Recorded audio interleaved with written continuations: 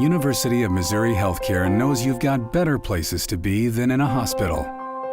That's where our world-class technology and highly skilled medical team come in. We get you home sooner. That's important to you and those who wait for you. Rufus, guess who's home?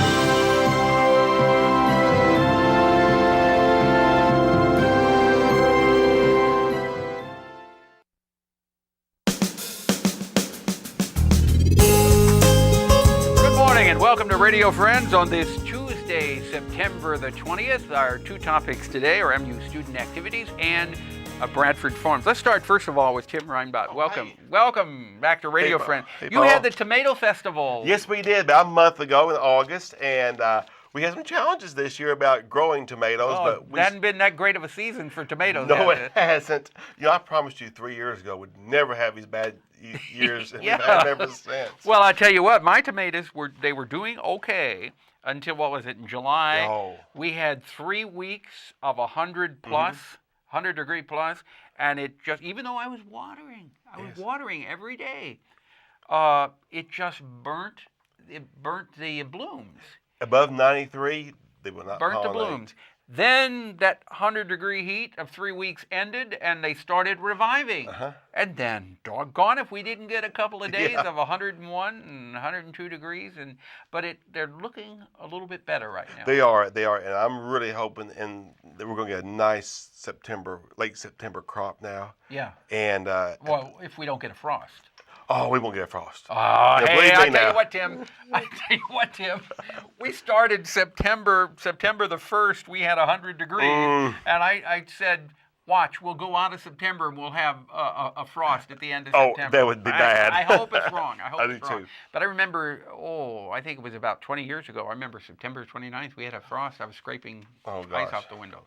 Hopefully not this year. After we've been through, no, we want to be able to enjoy these tomatoes well into fall. So have you got something coming up this Saturday? Yes, the South Farm Showcase. What is That's that? a family event.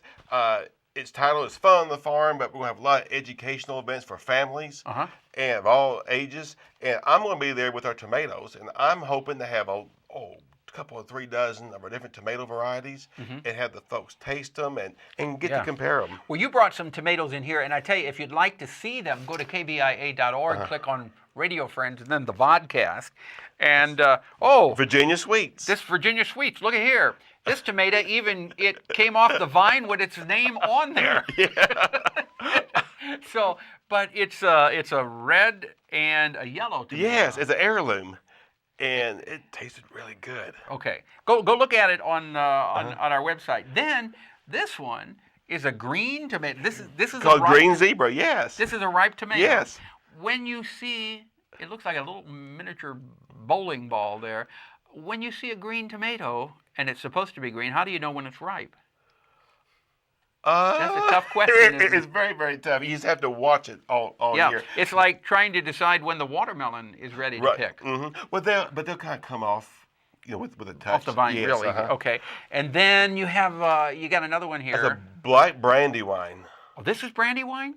A black one. A black brandy Yes. wine. Okay, because there are red brandy wines too. And pink brandy wines. But that's a black one. And normally our black ones generally taste better. Okay. They have a rich tomatoey taste. And then here's That's our store-bought. This is the basic Florida tomato. 91s that we grew, but still. That's So what is this one called? Florida 91. Florida 91. See, I grow Big Boy, Early Girl. My Early Girls didn't do all that well. Big Beef. Yeah, those are the great big ones there. And so if people want to come out, it's this coming Saturday. What time? From 10 till 4. Okay. It will be out there, and it'll be a lot of fun for the families. Okay. Is there anything else that we can do in the garden this time of the year? Well, when we put our garden up for the year, Yeah. we had a lot of diseases this year. Let's make sure we take care of those by take those plants off the soil and take them away and burn them. Burn them, yeah. Don't till them back in because you just till that disease right back in. You know what? I had a better year this year though with the insects. I found that I dusted with a little bit of 7. I used very little insecticide this year because I did it before they actually were seen. Hey, Tim, thank you so much for coming by. Pleasure. Go out to Bradford Farm this coming Saturday. That's right. All right. Now we turn about MU student activities, and we have Callie Lockhart. Welcome to Radio Friends, Callie. Thank you. And Scott Wilgen. Hi. Pleasure to have both of you here. Now, Callie, you've got something that's coming up tomorrow.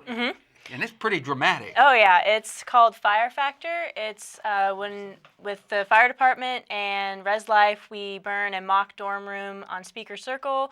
We'll also have some firefighting. So you're going to have a dorm room set up on Speaker Circle on campus, and you're going to burn that dorm room? Yep, with Fire Factor or with fireman supervision, they'll set it off and everything. So what's the purpose of doing that? It's just to bring awareness to fire safety, especially to the students within the dorm rooms, but also to everyone off campus.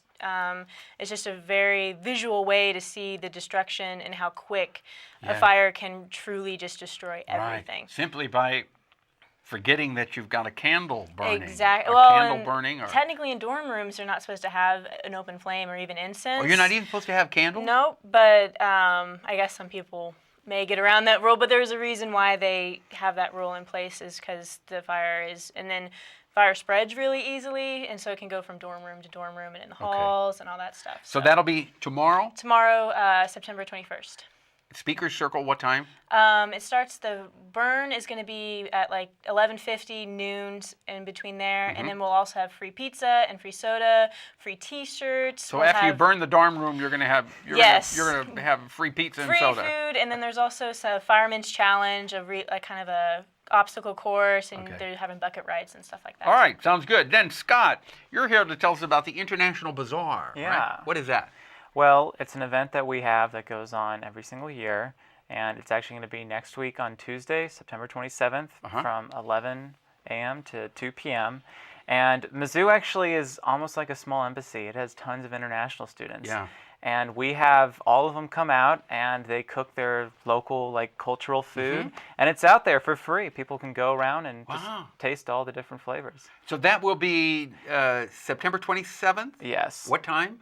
That'll be from 11 a.m. to 2 p.m. Where? That'll be right over at Lowry Mall. It's, I guess you could say, right behind the library. Okay. And do you know how many different international dishes you will have? How many different countries? Well, each country usually likes to have 2 to 3, and we normally judge it from an event that we have earlier called International Welcome Party.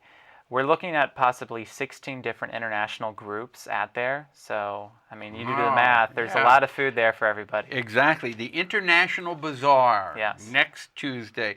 I want to thank both of you so much for coming by. I wish you the very best with Fire Factor tomorrow with Callie. Yes. Are you going to actually light that fire? No, unfortunately not.